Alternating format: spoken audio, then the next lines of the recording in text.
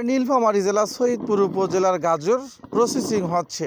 এই গাজরগুলো চলে যাচ্ছে বাংলাদেশের শেষ প্রান্ত চট্টগ্রাম, কক্সবাজার, তারপর সিলেট, তারপরে চলে যাচ্ছে ঢাকা এবং ঢাকাসহ বাংলাদেশের সব জায়গায় যাচ্ছে বোতলাগাড়ি ইউনিয়নের, সৈয়দপুর উপজেলা বোতলাগাড়ি ইউনিয়নের গাজর। আজকে হচ্ছে আপনার 21শে ফেব্রুয়ারি 2025। ভাই আজকের বাজার কত ভাইয়া? 14-15 টাকা ভাইয়া। মানে দাম এবারও কম না? এরা তো আরো আছে দাদা ভাই, আর কতগুলো আছে? এলাকায় অনেকগুলো আছে। আচ্ছা ফোন নাম্বারটা বলেন। 01962130846।